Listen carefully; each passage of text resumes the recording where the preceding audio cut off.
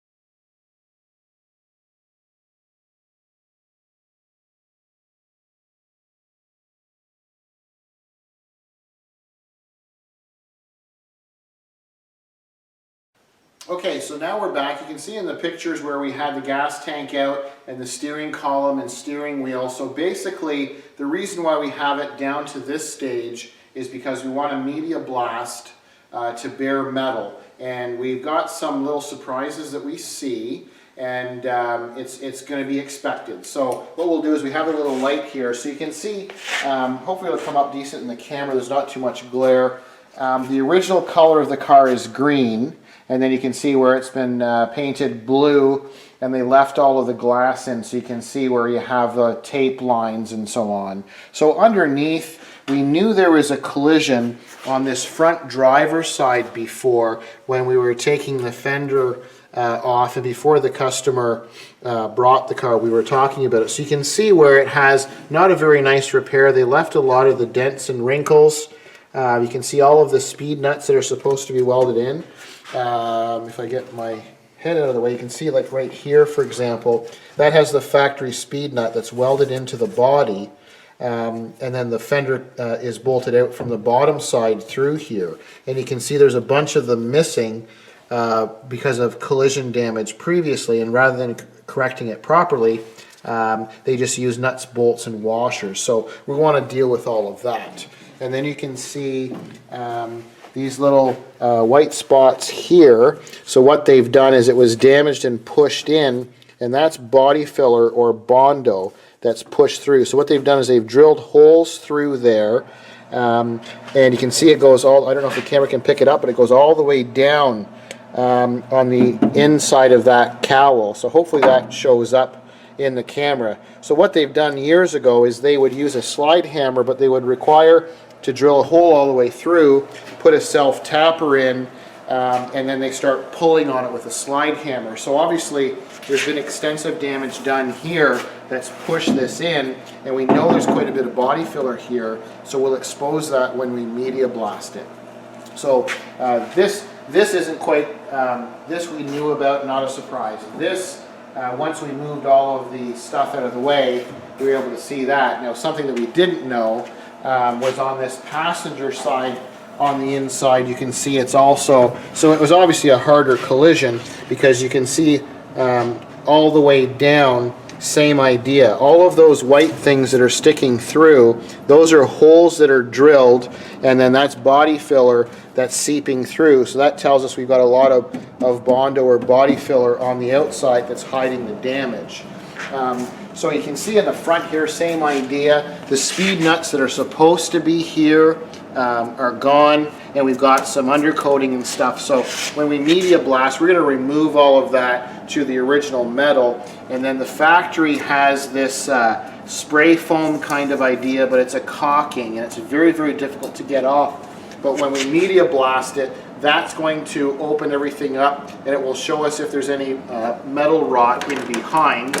And then you can see here where they have really thick body filler all the way down here and up along here, which we'll be able to see once we media blast. So we've taken the fuel filler neck and the gasket, and all of the items that are here is out of the way.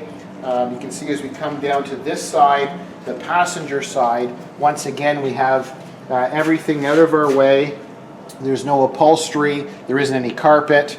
And you can see the back side of the dash here. So the dashboard, in the previous video, it had the complete dash, steering column. That's all been removed. It removed all of the wiring and all of the clips. So now we just have bare metal, which is what we want because we want to be able to media blast that. And as we come down the side, same idea. In the back, there's nothing in the way. This little bracket is part of the canister, charcoal canister for an anti-pollution, and you can see it's rotted off here. And then we've got lots of undercoating and stuff that's been brushed on and some debris. So what we'll do is we're going to make sure that we remove all of that when we media blast it, and then we'll see if there's any holes in the common areas, which we'll share with you in an upcoming video. And we come to the back of the Beetle. In a previous video, because they had a different exhaust system, you can see there's holes drilled in across here, and there was pop rivets, and it was a fiberglass filler panel that we removed because back in the day that was an easy way to hide these two holes because they changed the exhaust. So we'll media blast this and then see if this apron is in good shape. And then you can see inside the engine bay we've got quite a bit of surface rust on the sides when we remove the insulation, and then along the back firewall, so far everything looks pretty decent, but there's a lot of corrosion along here, which is really common, and along this back corner, and then they've got some type of brush-on material, so I'm not sure what that is, but once again, once we media blast all of this, we'll be able to see if there's any rust areas to be concerned with. And now we're at the back of the car, and this is obviously the driver's side rear wheel well. Same idea. This is very, very common when it starts to rust down here, and it may have had something to do with possibly the body damage in the front because the fender sticks out here. You can see we have the factory speed nuts up here that are still in place, but these are gone and they're twisted. So that would tell me there's probably an impact at the rear fender earlier in its life too, I think. And you can see some of the original green and the blue tape line. And as we come to the driver's side opening, once again you can see the inside section is the factory green paint, and then the outside is the blue where they kind of painted around it. We have this factory label here. We can see it was built the 5th month of '74. We have some special tape that we're going to put over that to protect it, and we'll mask that in nicely because we want to maintain the original sticker. You can see in the back with the back seat removed and the wheel wells and so on, everything is totally exposed, and we've got the metal that we're going to media blast there also. So a nice little update. This is the way we like to do them. So now that we have this on the dolly, all of the items are taken off of the car. Then what we'll do is we have special media that we use with a commercial sandblast unit. And what we'll do is we'll media blast all of this.